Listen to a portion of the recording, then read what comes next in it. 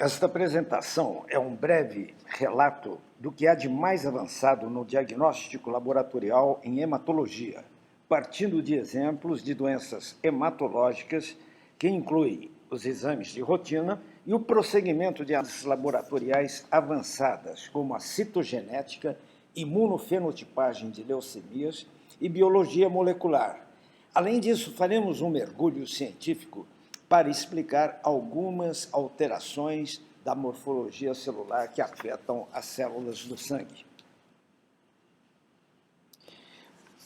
Iniciaremos aqui com uma breve amostragem da importância da microscopia clássica. Ela é fundamental, que depois desencadeia, em alguns casos, para situações de imunocitoquímica e microscopia de eletrônica estrutural, que é algo muito específico em pesquisa científica, mas que, no caso aqui, nós vamos fazer uma abordagem superficial, partindo para o que há de mais moderno hoje em biologia molecular, e aqui nós estamos mostrando a microscopia eletrônica, aumentado 100 mil vezes em microscópio eletrônico de polarização da molécula de DNA.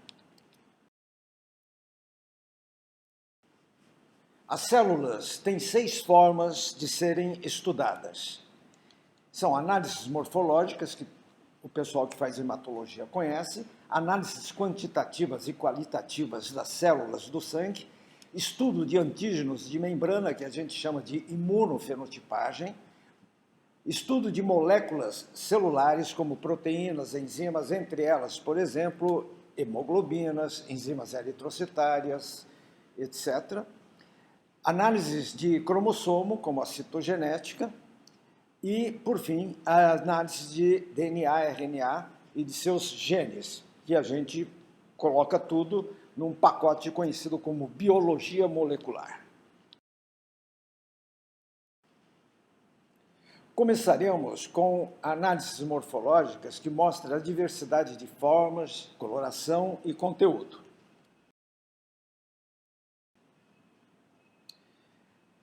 Nessa mostra de fotos, nós estamos observando 4 diferentes células, um neutrófilo com vacúolos, neutrófilo com granulações tóxicas, os linfócitos com atipias e o mieloblasto com bastões de Auer.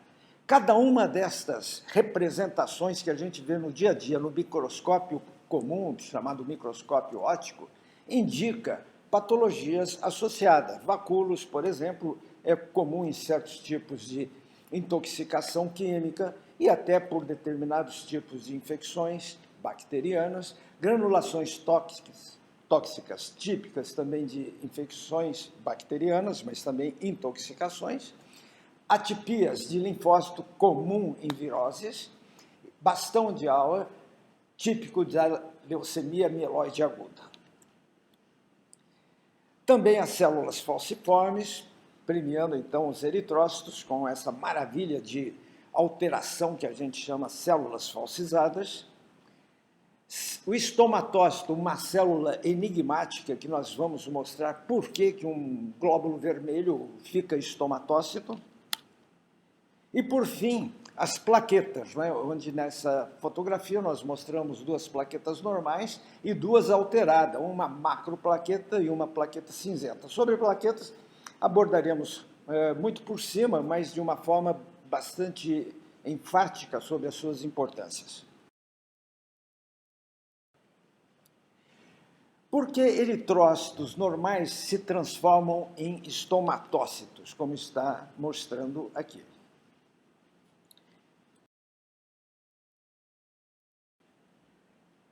Todos os eritrócitos contêm água, sódio e potássio, além de hemoglobina, enzimas e glicose. Nós estamos vendo nessa fotografia, do lado esquerdo, a visão externa de um eritrócito normal e do lado direito, a visão interna dele. Como se eu pudesse representar as hemoglobinas, as enzimas, o sódio, o potássio, a glicose e assim por diante. E a célula, ela recebe principalmente água, sódio e potássio, além de cálcio, mas eu vou só me fixar na água, sódio e potássio, para mostrar o equilíbrio que ocorre nessas células. Então, você tem entrada de sódio e potássio e também a saída de sódio e potássio e também de água. Isso evidentemente dá aquela composição que deixa a estrutura do glóbulo vermelho bastante uniforme, que a gente vê na microscopia como um disco, não é? E aqui nós estamos vendo um glóbulo vermelho em microscopia eletrônica, onde eu destaco um pedacinho dele, mostrando como seria a estrutura da membrana. Então, vocês estão observando aqui a membrana, né, com proteínas externas, proteínas internas, mostrando também antígeno de superfície, colesterol envolvido na dupla camada lipoproteica que a gente está observando ali, e em azul, né, receptor transmembrana, que é para receber uma série de mensagens através de citocinas, e do lado esquerdo essa outra estrutura azulada, canal de íons para sódio, potássio e água, mostrando que a parte escura, quase preta, é a região externa do eritrócito e embaixo, essa parte avermelhada é a região interna do eritrócito. E aí nós vemos como é que entra a água, o sódio e o potássio para a região interna.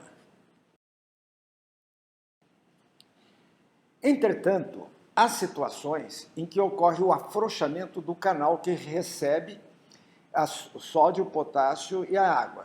E este afrouxamento pode se dever a mutações ou deficiência de colesterol que faz parte da composição da membrana.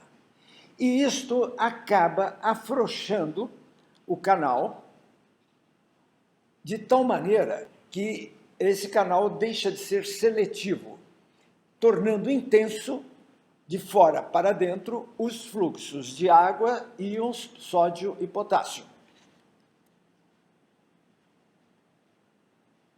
Olha aqui, né,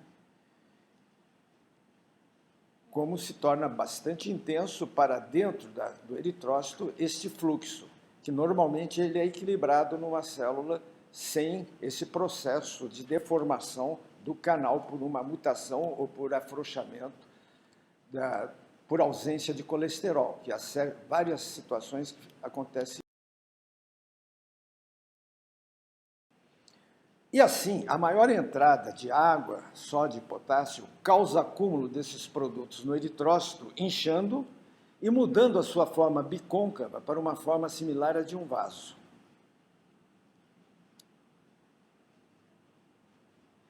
E aqui mostrando, né, um desenho de como o eritrócito normal bicôncavo ele pode se transformar num eritrócito como se fosse a forma de um vaso. Pois bem, isso ocorre naturalmente.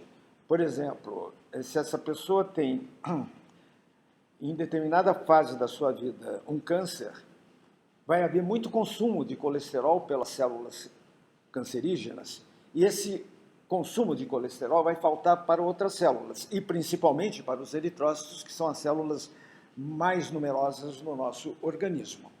A hora que começa a faltar estas células em alguns eritrócitos, eles se transformam de bicôncavo para essa forma em vaso.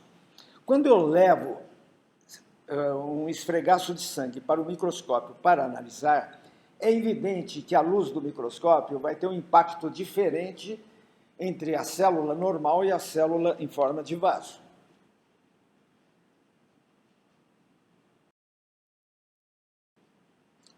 Então, é que a gente tem a pergunta, né? Por que o estomatócito tem uma fenda central na análise citológica?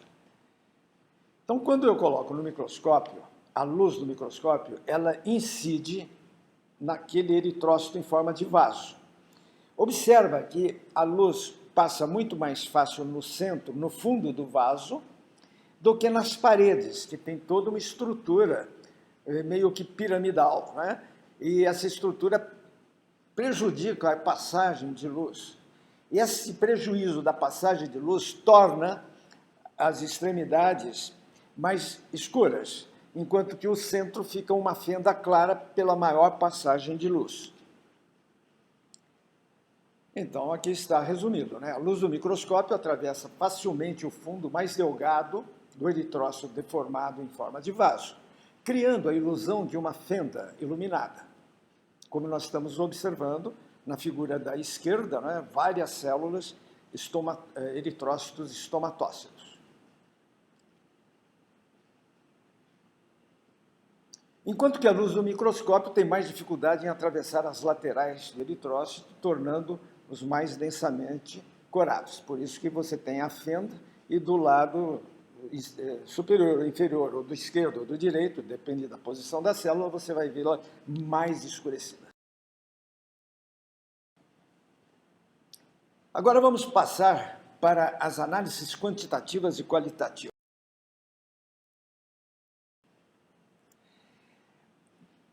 Para explicar isso, eu vou dar um exemplo de um caso. Mulher, 65 anos, pálida, febre e mal-estar geral. A hemoglobina dessa senhora deu 7,7 gramas por decilitro. A contagem de leucócitos, 64.600. E a de plaquetas, 151 mil. Então, na análise, observamos uma queda acentuada de hemoglobina, então, portanto, uma anemia, e um aumento acentuado de leucócitos, 64.600. Então, nós temos uma leucocitose que, com este número, nos faz suspeitar de que esta senhora tem leucemia. Quando eu vou analisar o microscópio, eu vejo essas figuras. Então, é um caso complicado, por quanto que eu estou vendo uma heterogeneidade de leucócitos. Eu estou vendo, em letras pretas, células mieloides imaturas. A gente observa nucleus, núcleo grande, tal. Estou vendo também, em azul, células monocíticas imaturas. Você vê que é um monócito, mas não é bem um monócito maduro. Ele é grande, a sua célula, o seu núcleo é enorme. E estou vendo também células monocíticas maturas em amarelo. Então, eu estou diante de um caso que eu imagino que seja leucemia pela quantidade de leucócitos. Vejo células mieloides, provavelmente células precursoras de neutrófilos, e vejo células monocíticas em grande quantidade. Eu posso dizer que tal célula é imatura, o outro colega fala, não, essa é madura. Não importa, o que nós estamos vendo aí é bastante monócitos junto com células jovens da linhagem de neutrófilos. Então, provavelmente, eu estou diante de uma leucemia que tem mieloide e monócito, que a gente vai chamar de, provavelmente, a minha suspeita de uma leucemia mielomonocítica. Mas a minha suspeita só não interessa. O que interessa é o que o oncohematologista precisa. Ele precisa saber o tipo correto da leucemia, pois há medicamentos específicos conhecidos por drogas-alvo, que entram através de receptores das células leucêmicas e as matam.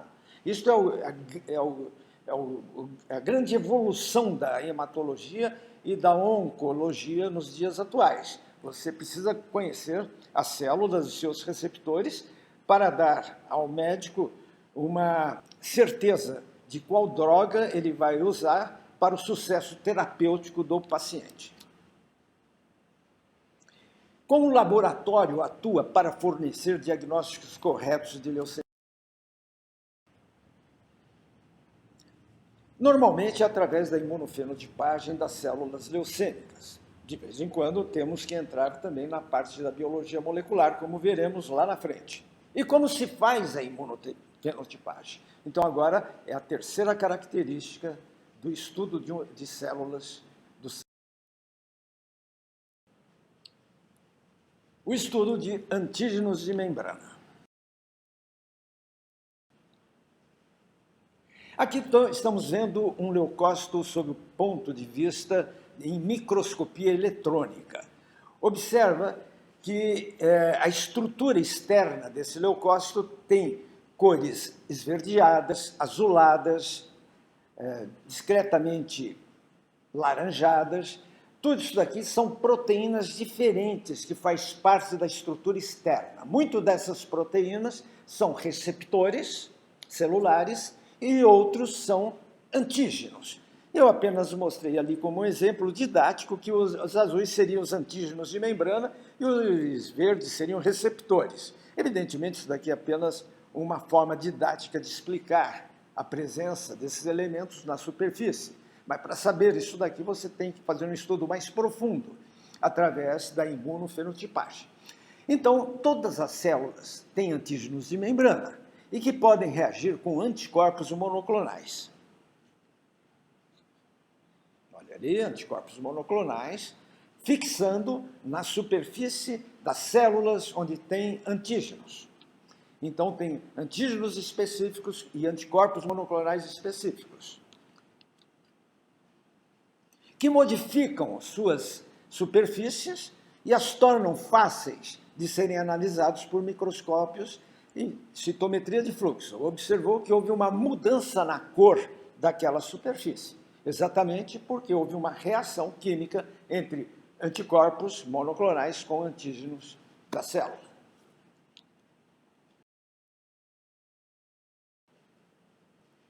Essa reação nos permite, então, fazer o estudo da imunofenotipagem através de técnicas específicas.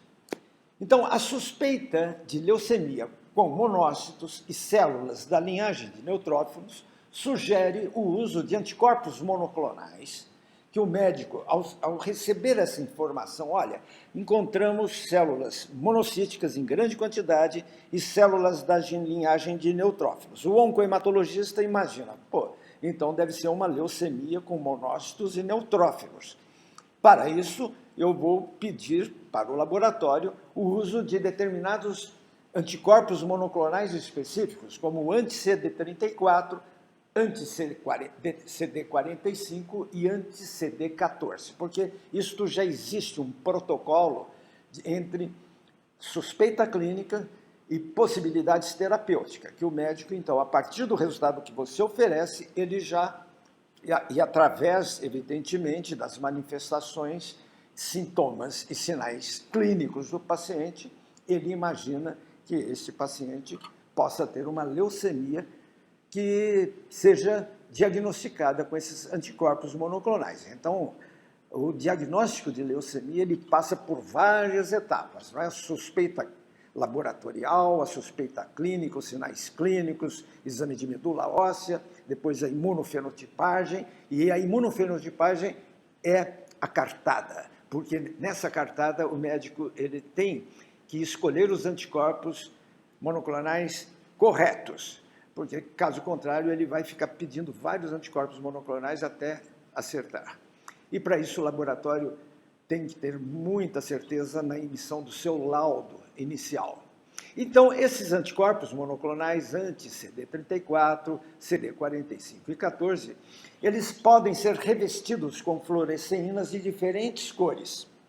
Essas diferentes cores, por exemplo, verde, laranja ou azul, ao reagir com as células, porque vai ser misturado esses anticorpos com as células, eles tornam essas células, e aqui eu apenas fiz um desenho, com cores diferentes. Estas cores diferentes, aos nossos olhos em microscopia específica de imunofluorescência, é possível você fazer uma análise, mas hoje a tecnologia avançada dispõe de aparelhos altamente sofisticados em vários centros hematológicos e não hematológicos do Brasil, que permite contar cada uma dessas células que reagiram. Olha só. Então, aqui nós estamos mostrando um citômetro e, sobre o citômetro, um laudo gráfico de fundo branco com várias cores, verde, púrpura e laranja. Cada uma dessas cores tem um significado. A verde, cada pontinho daquela é uma célula mieloide imatura contada. Na púrpura, cada um pontinho daquela é uma célula monocítica imatura contada. E no laranja, é células monocíticas maduras contadas. Este aparelho conta pelo menos 10.000 leucócitos, por isso que ficam esses pontinhos. E além disso, por conta dessa contagem, existe, portanto, a elaboração numérica de cada uma dessas células, muito próximo do real. Então, neste caso específico, 35% são células mieloides imaturas, 47% monocíticas imatura e 18% monocíticas madura. E a conclusão desta análise é leucemia mielomonocítica aguda. Então, esta é a importância da imunofenotipagem. Agora falaremos sobre moléculas celulares. Moléculas celulares são hemoglobinas, enzimas, proteínas de membranas, produtos internos de neutrófilos, de plaqueta. Aqui eu estou mostrando apenas um eritrócito, não é? E nesse eritrócito nós vemos que a parte interna dele, avermelhada, está cheio de hemoglobinas e enzimas eritrocitárias, enquanto que essa volta esverdeada perifericamente no eritrócito são proteínas de membrana.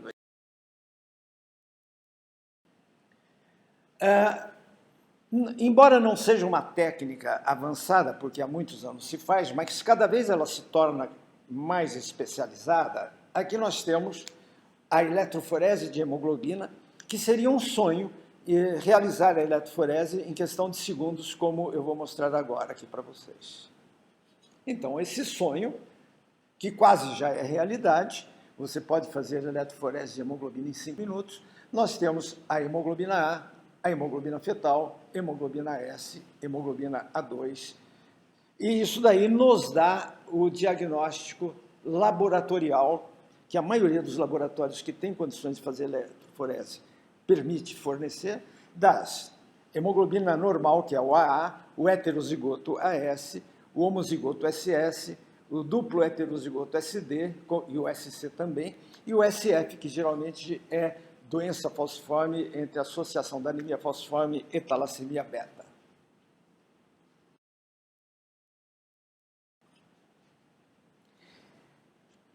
Por outro lado, as proteínas de membrana têm essa característica maravilhosa sob o ponto de vista estrutural, um monte de diferentes tipos de proteínas que também podem ser analisadas por eletroforese. Vamos aí mostrar proteínas de membranas de eritrócito e relações com doenças de membrana.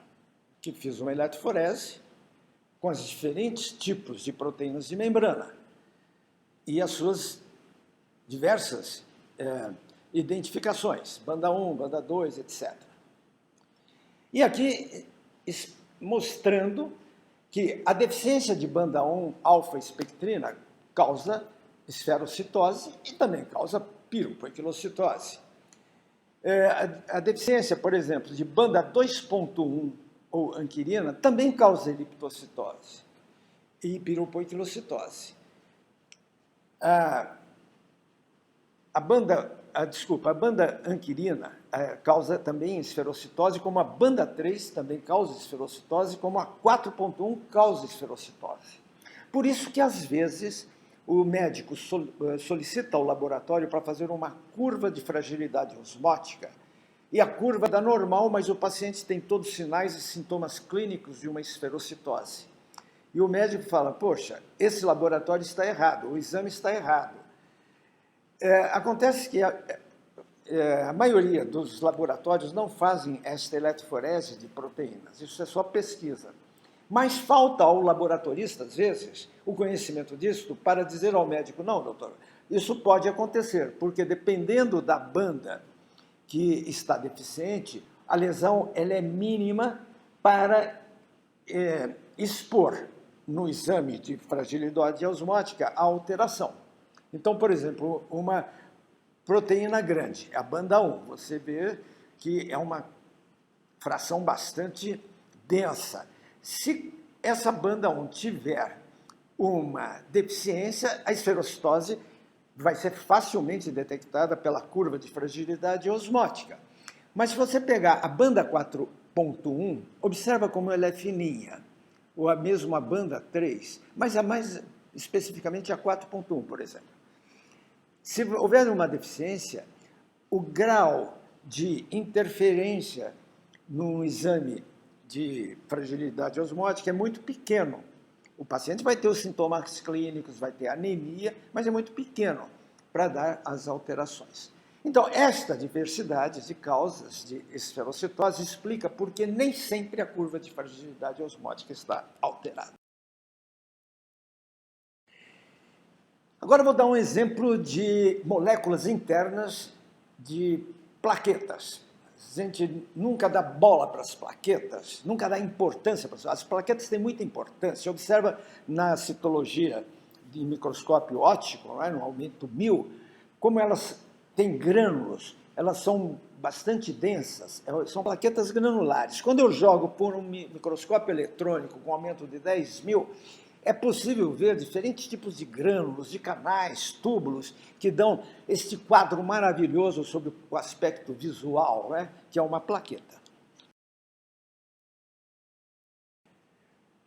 Só que essa plaqueta, ela é mágica. Quando você coloca essas plaquetas numa citometria computadorizada, nós não vemos, mas o aparelho vê as plaquetas em 3D. Olha só como esses aparelhos veem as plaquetas em 3D.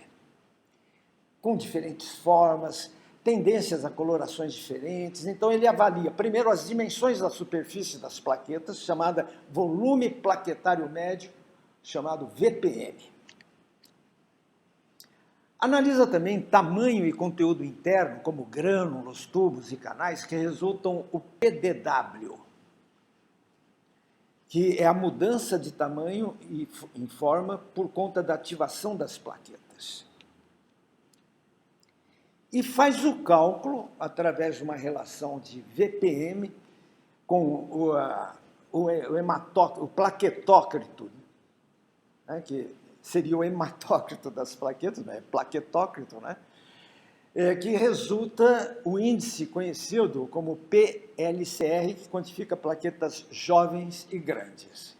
Então, a citometria de fluxo, ela avançou muito mais do que a nossa possibilidade visual, especialmente para plaquetas. Mas a inteligência humana, ela vai muito além da tecnologia. Então, médicos, laboratoristas e pesquisadores começaram a fazer relações. Por exemplo, VPM aumentado com quantidade normal de plaquetas está relacionado, às vezes, com leucemia, doença da tireoide, diabetes, anemia megaloblástica, assim por diante. Ele não é de diagnóstico, ele é de relação. Você pode ter um paciente com leucemia e se o VPM estiver aumentado, isso explica por que ele está aumentado. Se ele tiver diabetes, é a mesma coisa. Agora, se o VPM estiver aumentado, mas houver uma diminuição de plaquetas, plaquetopenia, olha as doenças mais comuns que ocorrem, como a púrpura trombocitopênica imune, gestação pré-eclâmpsia, doenças mieloproliferativas, infecções e infarto do miocárdio. E se tiver VPM aumentado também, mas com plaquetose, não há correlações.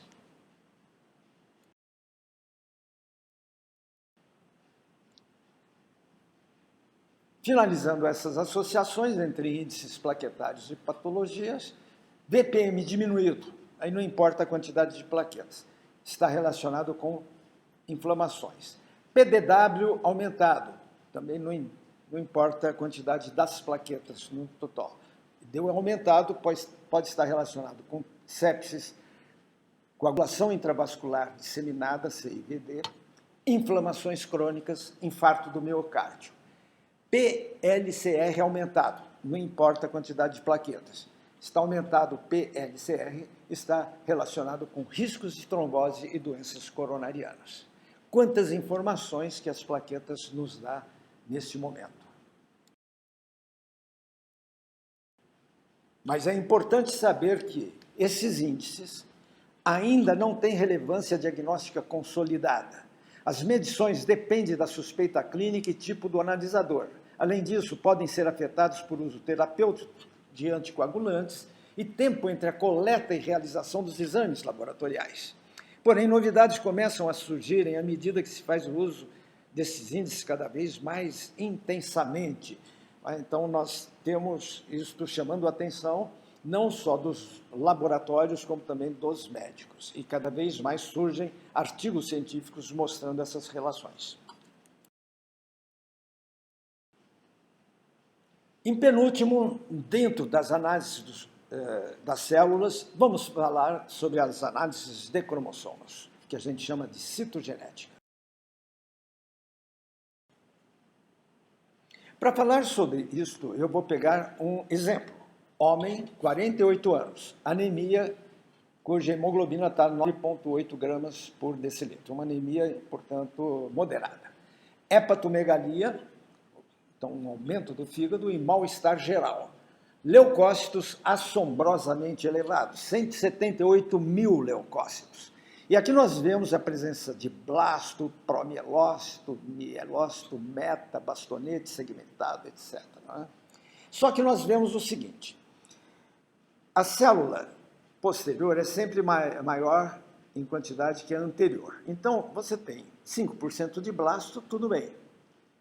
10% de promielócito, ótimo, é isso daí mesmo, teoricamente. Não é? Mielócito deveria ser mais do que 10%, então deu 8%. Depois, metamielócito, 20%. Pô, se metamielócito deu 20%, então o neutrófilo bastonete devia dar mais do que 20%, aqui deu 15%. Então, tem razões. Então, a primeira razão desse caso é a quantidade. Vamos lá.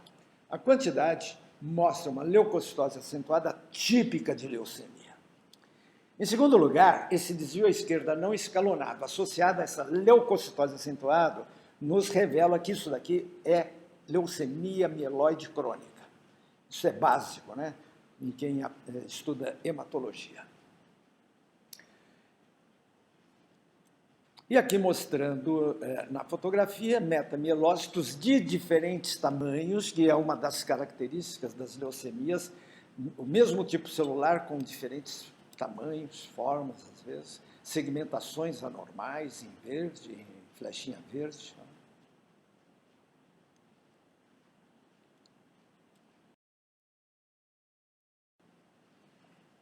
Para ter certeza que se trata de leucemia mieloide crônica, é preciso pesquisar, através da citogenética, a presença do cromossomo Filadélfia. 90% dos casos de leucemia mieloide crônica tem cromossomo Filadélfia, ou seja, 10% não tem. E isso é muito importante para o oncohematologista, porque a leucemia mieloide crônica com cromossomo Filadélfia tem um tratamento específico, que é diferente da leucemia mieloide crônica, que não tem cromossomo Filadélfia, que é um outro tipo de terapia. Então, para isso, nós vamos fazer a análise dos cromossomos, que está dentro do núcleo da célula, e aqui eu estou mostrando esses cromossomos vistos em citometria de alta resolução, corados de uma forma de computação gráfica. Em geral, laboratórios treinados para essa avaliação hematológica de oncohematologia têm sempre um citogeneticista. E esse citogeneticista faz as análises citogenéticas.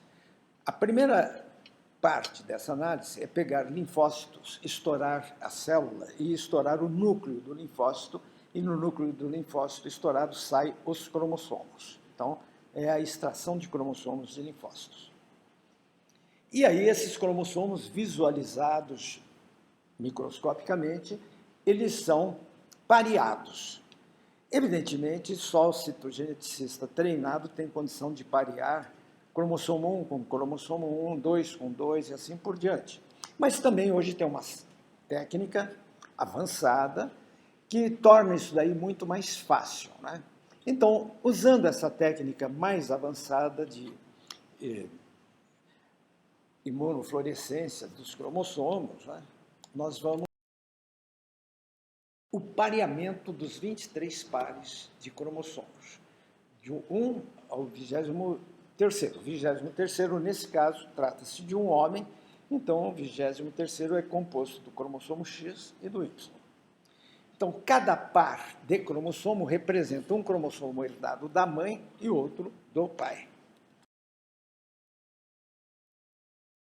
Como eu falei, 90% dos casos de leucemia mieloide crônica são causados pela presença do cromossomo Filadélfia, formado por meio da translocação do cromossomo 9 por 22. Então, vamos destacar o cromossomo 9 e o 22. Destaquei esses dois cromossomos. Em seguida, vamos isolá-los, levar ele para um lugar de destaque e aumentar o seu tamanho. Pronto.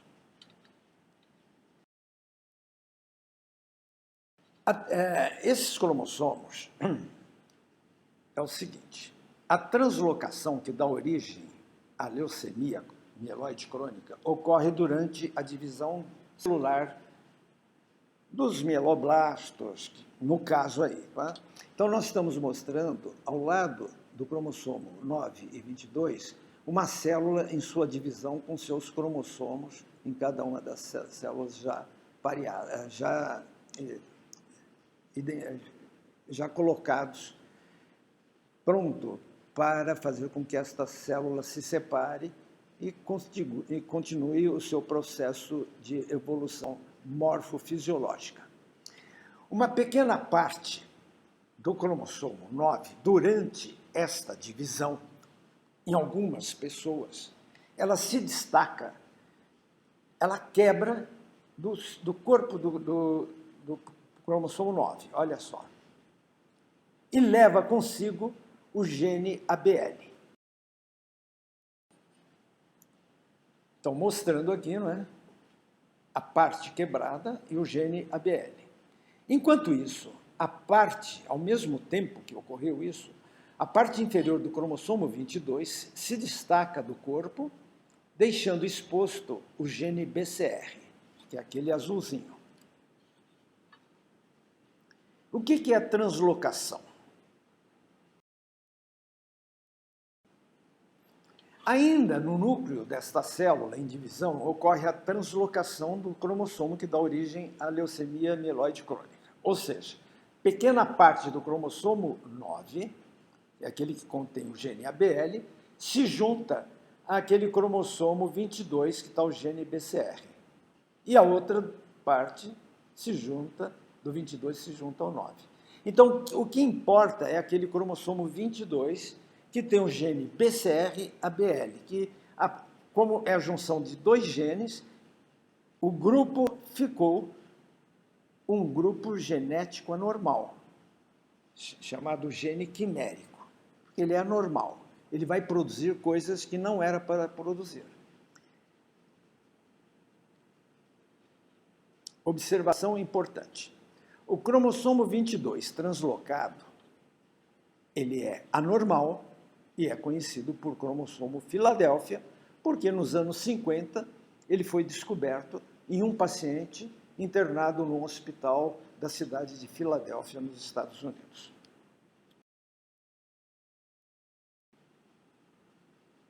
A citogenética clássica mostra o cromossomo 22, veja bem o círculo vermelho e com a flechinha, tem um 22 normal, que é o da esquerda, e o 22 menorzinho. Este é o cromossomo Filadélfia. Então, a citogenética bem feita, ela já destaca esse fato. E o cromossomo 9 você observa a flechinha verde mostrando a inserção da parte do 22, quando você compara com o cromossomo 9 da esquerda. Então, o da direita é o cromossomo anormal, só que ele não exerce nenhuma atividade patológica.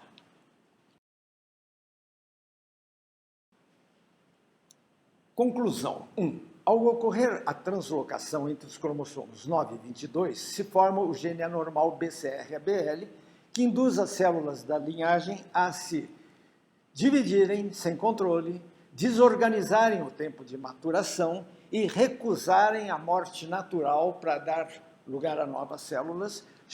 Essa morte natural a gente chama de apoptose.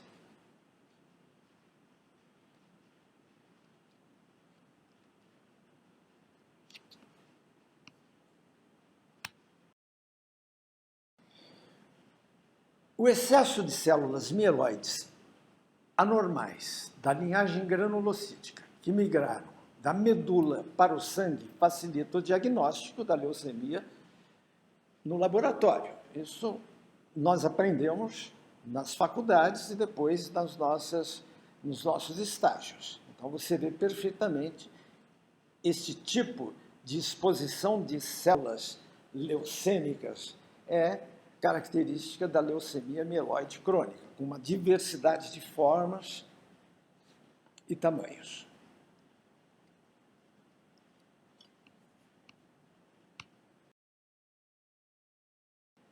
Agora vamos para a última parte, são as análises de DNA e genes mutantes.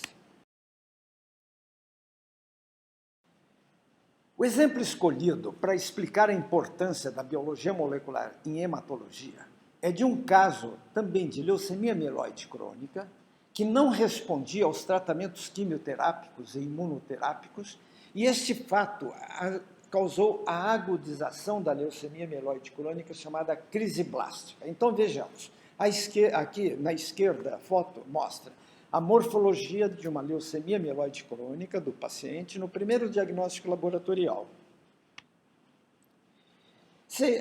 Algum tempo depois, 5 anos depois desse paciente ser diagnosticado, ser tratado, de repente ele deixa de responder àquele tratamento e a leucemia volta. Essa volta ela chama de agudização blástica da leucemia mieloide crônica, porque vai ter muitas células jovens, que a gente chama de blastos mieloides. Então, após 5 anos da instalação, o paciente desenvolveu a crise blástica da leucemia e o sangue periférico, a análise do sangue periférico mostra um monte de células, em uma quantidade muito grande e com presença de células muito jovens, né, no sangue periférico. Qual foi a razão desta mudança? É comum, acabamos de ver, né, em caso de leucemia mieloide crônica, realizar análises de cromossomos, chamado cariótipo, né, do paciente. O cariótipo frequente em leucemia mieloide crônica é aquele, porque é 90% de prevalência, da presença do cromossomo Filadélfia, que a flechinha verde está mostrando. Este paciente, ele tinha o cariótipo da esquerda e quando fizeram, 5 anos depois, observaram um fato nesse cariótipo agora obtido deste paciente. Ele tinha trissomia do cromossomo 14, ou seja, 3 cromossomos 14 ao invés de ter 2, além do cromossomo Filadélfia, que a seta verde está mostrando. Então, ele tinha trissomia do 14. E o que tem nesse cromossomo 14?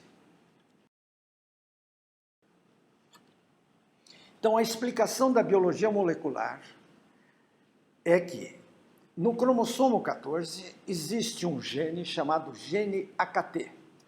E este gene, quando ele está amplificado, ou seja, ele tem maior quantidade potencial, ele promove uma disfunção das células. Essa disfunção nós chamamos de crise blástica. Como se trata de uma leucemia mieloide crônica, é a crise blástica da leucemia mieloide crônica. Normalmente, há 2 cromossomos 14, como nós estamos vendo aqui nessa fotografia, um herdado do pai e outro da mãe.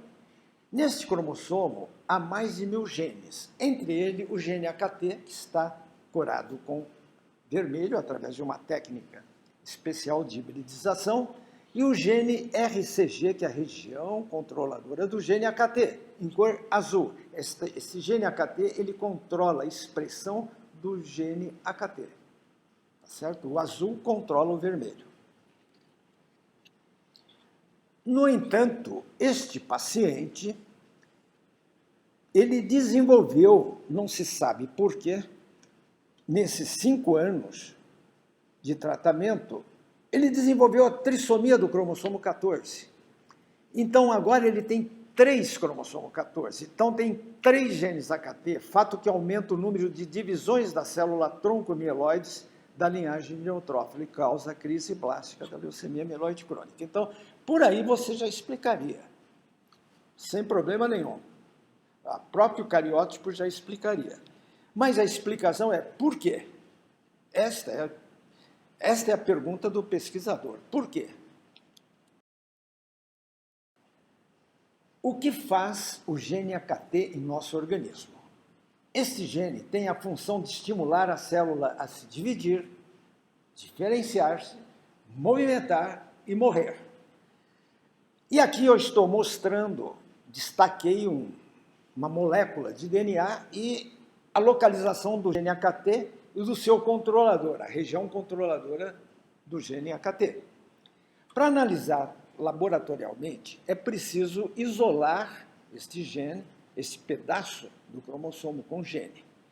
Esse pedaço que eu uso de técnicas que destaca o AKT e o RCG é um pedacinho que a gente chama de haplótipo.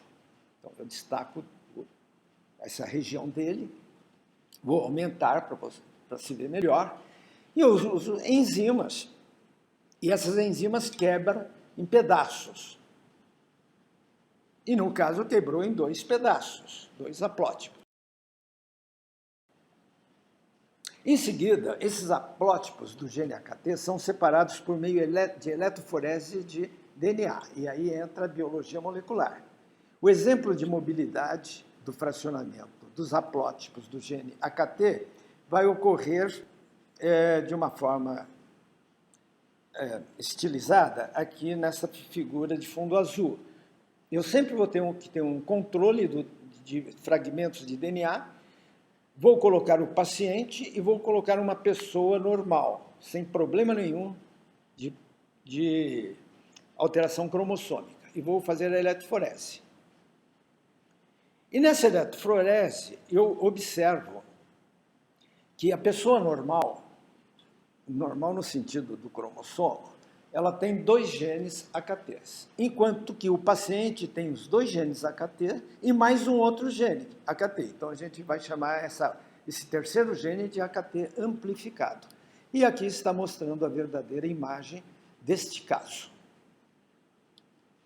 Essa é a eletroforese do caso.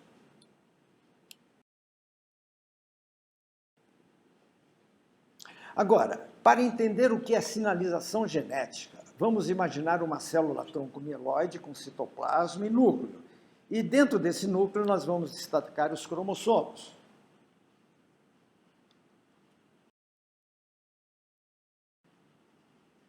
Em seguida, vamos isolar o cromossomo 14. Aqui uma figura estilizada dele. E agora eu vou colocar à disposição desses genes no cromossomo 14. Eles geralmente estão interligados.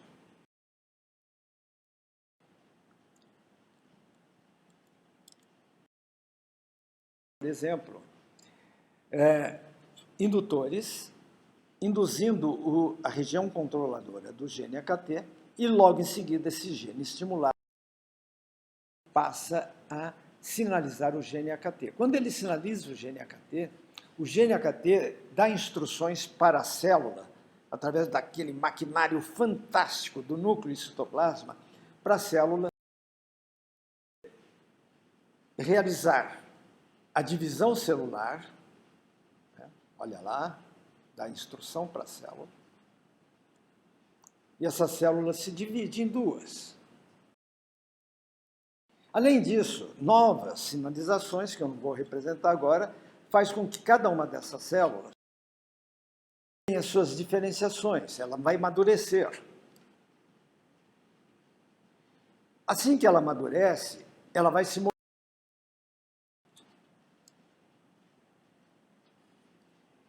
E depois de exercitar vários tipos de atividades,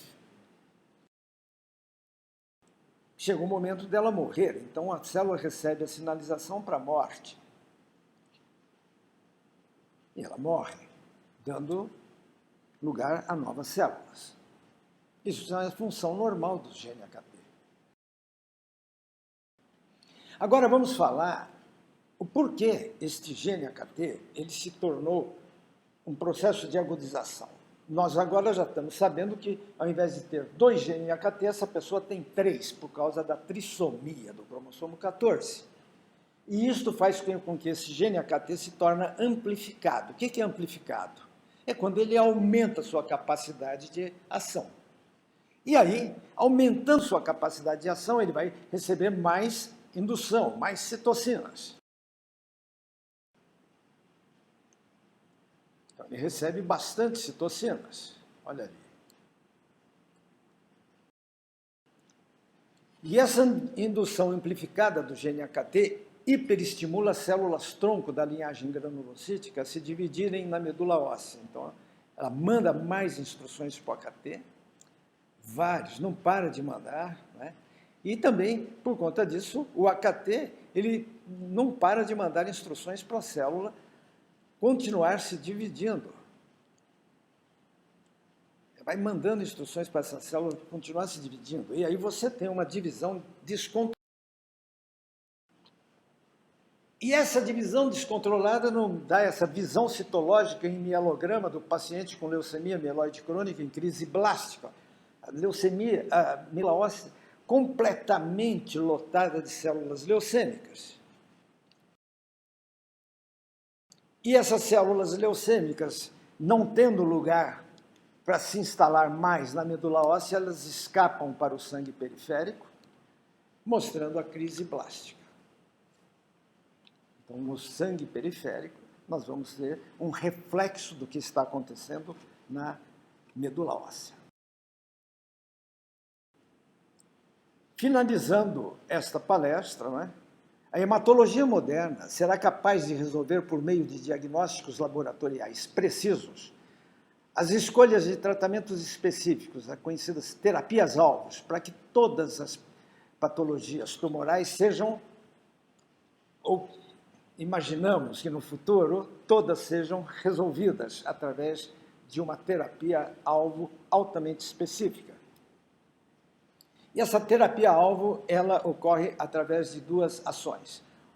Ou por bloqueio de receptores, que é o primeiro que entra, ou por ação direta de uma quimioterapia específica que só vai matar a célula leucêmica, explodindo o seu núcleo.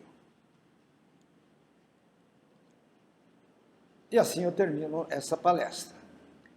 Qualquer novidade que vocês queiram conhecer a respeito da Academia de Ciência e Tecnologia de São José do Rio Preto, vocês podem entrar no nosso Instagram, que é esse que está embaixo, como também no nosso site, que tem mais de 5.000 páginas cheias de ciências hematológicas à disposição de vocês, além de vários livros que vocês poderão abri-lo gratuitamente.